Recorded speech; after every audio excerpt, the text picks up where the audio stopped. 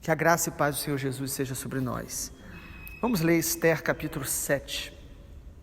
O rei foi com Amã ao banquete da rainha Esther.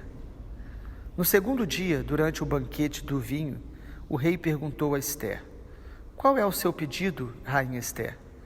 Você será atendida. O que é que você quer? Até a metade do reino lhe será dado. Então a rainha Esther disse: se eu tiver obtido o seu favor, ó rei, e se for do agrado do rei que a minha vida seja a resposta ao meu pedido, e que, como desejo, eu possa ter o meu povo, porque fomos vendidos, eu e o meu povo, para sermos destruídos, mortos e aniquilados. Se ainda nos tivessem vendido como escravos e escravas, eu me calaria, pois não valeria a pena incomodar o rei por uma coisa dessas. Então o rei Assuero perguntou à rainha Esther: quem é esse cujo coração o instigou a fazer uma coisa dessas? Onde está esse homem? Esther respondeu: o adversário e inimigo é este malvado Amã. Então Amã ficou apavorado diante do rei e da rainha. O rei, no seu furor, se levantou do banquete do vinho e passou para o jardim do palácio. Amã, porém, ficou para rogar por sua vida à rainha Esther, pois viu que o mal contra ele já estava determinado pelo rei. Quando o rei voltou do jardim do palácio para a casa do banquete do vinho, Amã tinha caído sobre o divã em que se achava Esther. Então o rei disse: será que ele queria desonrar a rainha diante de mim, aqui no meu palácio? Quando o rei acabou de dizer estas palavras, cobriram o rosto de Amã. Então Arbona, um dos eunucos que serviam o rei, disse: eis que existe junto à casa de Amã a forca de 22 metros de altura que ele preparou para Mordecai, aquele que havia falado em defesa do rei. Então o rei disse: que ele seja enforcado nela. E assim enforcaram Amã na forca que ele tinha preparado para Mordecai. Então o furor do rei se aplacou. Capítulo 7 de Esther, uma cena muito violenta, mas que tem muito a nos ensinar sobre a lei da semeadura. Uma lei espiritual que está na palavra de Deus e também uma lei que a gente vê na própria criação do Senhor. As sementes, elas vão produzir segundo a sua espécie. Espiritualmente, na nossa vida, tudo que a gente fala e tudo que a gente faz são sementes. A Bíblia fala isso em Gálatas capítulo 6, versículo 7. De Deus não se zomba. Tudo que o homem plantar, isso também ele colherá. E lá em Gálatas diz: aquele que semeia no Espírito, colherá vida eterna. O que semeia na carne, colherá corrupção. Cada pensamento, palavra, omissão que nós praticamos na carne vai nos corrompendo, vai nos destruindo, vai nos desfigurando. Cada atitude de obediência, de temor de Deus, de uma vida realmente que agrade a Deus, obedecendo a sua palavra, são sementes que vão nos transformando segundo a imagem do Senhor e vão nos preparando para a vida eterna, e temos recompensas eternas. A Bíblia fala isso em todo o tempo. E olhando para o capítulo 7, a gente percebe aqui como que Esther, sobretudo, ela semeou a vida dela, ela se expôs, inclusive Esther estava arriscando a si mesma, e havia um propósito. Perceba no capítulo 7 de Esther, que era o segundo banquete que ela preparou ali para o rei e para Amã, que o rei, mais uma vez, pergunta para ela: qual é o seu pedido? Versículo 2.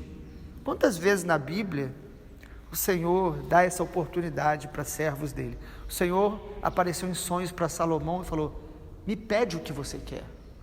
Salomão pediu sabedoria. E o pedido de Salomão agradou o coração de Deus, porque Salomão não pediu a destruição dos seus inimigos e nem riquezas. O salmista Davi, no Salmo 27, ele diz: uma coisa eu peço ao Senhor e sempre a buscarei, que eu possa morar na casa dele, que eu possa habitar na sua presença, contemplar a sua formosura e meditar no seu santo templo todos os dias. O que Davi queria era todos os dias buscar a presença de Deus, andar na presença de Deus.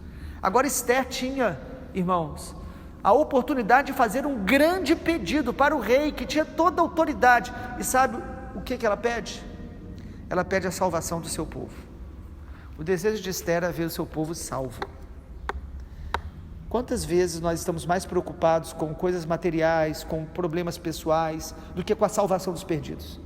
Nós precisamos orar todos os dias pela salvação das nossas famílias, salvação dos nossos conhecidos, vizinhos, amigos, das nações. Isso precisa ser algo que a gente ora, e cada dia orando com mais intensidade, com mais profundidade, buscando ser sensível ao próprio Espírito Santo, porque é Ele que nos ensina a orar. Mas, amado, o propósito da nossa vida deveria ser glorificar a Deus e ser canal para que outros sejam salvos. Esther suplica a salvação dos judeus, que estava sobre ali um decreto de morte. O propósito de Esther então era a salvação do seu povo. Inclusive ela está arriscando a própria vida, como ela disse lá atrás: se perecer, pereci. Será que nós temos dedicado a nossa vida e até mesmo arriscado a nossa vida para que outros sejam salvos? Esse deve ser o propósito para quem quer viver a vida na plenitude de Deus. Então Esther semeou aquela oportunidade, semeou a sua vida para a salvação do seu povo. Agora nós vemos aqui um outro personagem, que é Amã. Já falamos dele até aqui, inimigo do povo de Deus, possivelmente descendente aí dos amalequitas, certamente descendente dos cananeus, povo inimigo do povo de Deus, que tipifica muito aí a obra de Satanás e aqueles que se deixam também influenciar pelo diabo para ir contra o povo de Deus. Amã, o que acontece no capítulo 7, ele está diante do rei, no momento que Esther vai fazer o seu pedido, e quando Esther fala, fica evidente a conspiração e a crueldade de Amã contra os judeus e contra Mordecai. O capítulo 7 então de Esther é onde fica evidente a conspiração do inimigo contra o povo de Deus e contra Mordecai. Tudo isso já estava acontecendo, já havia todo esse agir do inimigo para matar os judeus, a conspiração, mas o rei não sabia, e certamente muitos não sabiam, mas havia aqueles que estavam com conhecimento. Você percebe no texto, primeiro, que Esther expõe. Esther é usada por Deus para trazer luz a uma situação. Ela diz: há um inimigo, há um adversário que está planejando aniquilar, matar o meu povo. E aqui é a primeira vez que ela se revela: eu sou do povo judeu, eu sou do povo de Deus. E é interessante que ela diz: se fosse para a gente ser vendido como escravo, eu nem incomodaria o rei. Mas a questão é que eles estão querendo matar. Irmãos, às vezes há risco realmente de morte, e que nós temos que nos posicionar de maneira muito clara contra aquilo que vem para matar, tirar vidas. Nós precisamos realmente ser firmes contra isso. Então Esther coloca naquele lugar e fica claro a conspiração e a crueldade de Amã. Alguns momentos da nossa vida nós vamos perceber o agir do inimigo, mas nós precisamos estar orando para que Deus traga luz e a gente perceba as estratégias, as intenções, as armas que o inimigo está tentando usar contra nós, contra a família, contra a sociedade. Há ações claras de Satanás e há ações que são muito, às vezes, imperceptíveis, mas que nós precisamos estar orando para Deus trazer luz. E tenha certeza de uma coisa: há muitas situações que Deus permite acontecer para que fique mais evidente ainda as ações do diabo, para que a gente enxergue como igreja. Então aqui ficou claro para o rei que Amã, ele era inimigo, ele conspirava contra os judeus e contra Mordecai. Porque você percebe que quando Esther mostra a realidade sobre Amã, o rei já se levanta irado e disposto a fazer algo contra Amã. E Amã, naquele desespero, ainda vai lá e deita no divã da rainha. Aí o rei fica mais furioso ainda, fala: o que ele está querendo? Ele está aí na intimidade da minha rainha. Ele fica mais irado. Para piorar a situação de Amã, irmãos, aparece algo bem detalhado aqui no versículo de número 9. Arbona, um dos eunucos, disse: existe lá junto à casa de Amã uma forca de 22 metros de altura que ele preparou para Mordecai, aquele que havia falado em defesa do rei. Então, o que Amã estava planejando e maquinando de malignidade, algumas pessoas sabiam, porque você sabe que muitas coisas vão passando para frente sem que a gente nem imagine. Esse eunuco, ele sabia até a altura da forca, quase 7 metros aí, um prédio de quase 7 metros não, um prédio de quase 7 andares, bem alto, né? Essa forca, uma forca alta de 22 metros de altura. E o eunuco ainda diz o seguinte: olha, ele planejou aquilo para matar Mordecai, aquele que ajudou o rei. Aí, irmãos, estava sentenciado realmente a morte de Amã. E é o que a gente termina falando, né?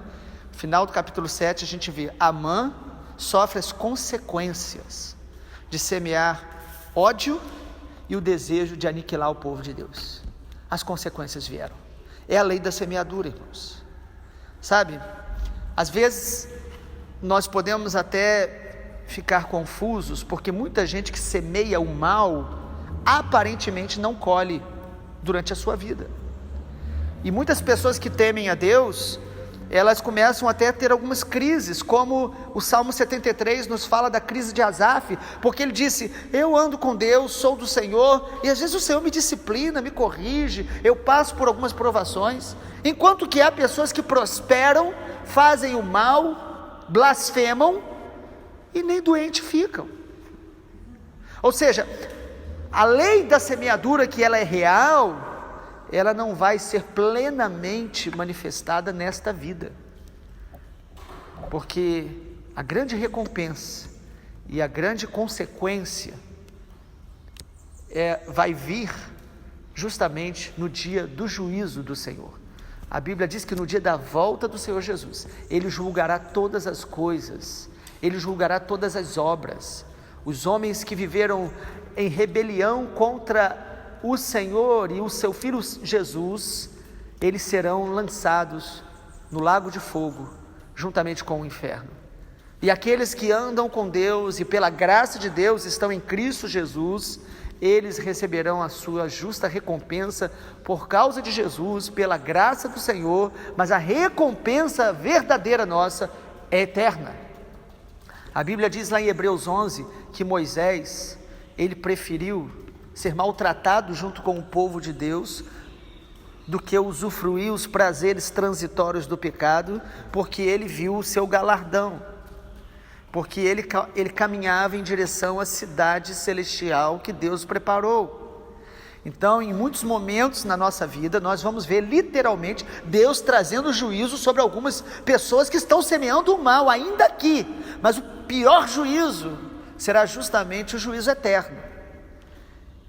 E a maior recompensa para os fiéis também não é a recompensa na terra, mas serão as recompensas celestiais. Essas são as nossas recompensas legítimas e verdadeiras. Ainda que na terra, obedecendo a Deus, nós temos a graça da presença dele se manifestando na nossa vida.